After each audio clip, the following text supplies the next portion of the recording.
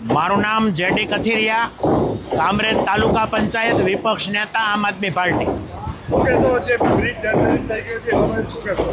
આ બ્રિજની હાલત ખૂબ દયજનક છે। આ બ્રિજ ગમે ત્યારે પડી પણ શકે। આમની રજૂઆત અમે આજથી 3 મહિના પહેલાં અહીંયા કરેલી છે, પરંતુ આ રજૂઆત કરવામાં અમને ખાલી આશ્વાસન જ આપે છે।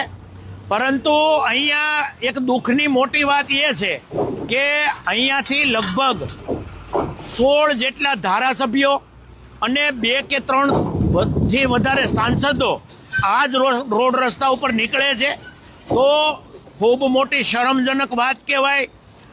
અત્યાર સુધી કોઈએ રજૂઆત પણ નથી કરી કે આ પુલની સામે બીજો એક પુલ બનવો જોઈએ, અને આ વિસ્તારના મંત્રી એટલે કે શિક્ષણ મંત્રી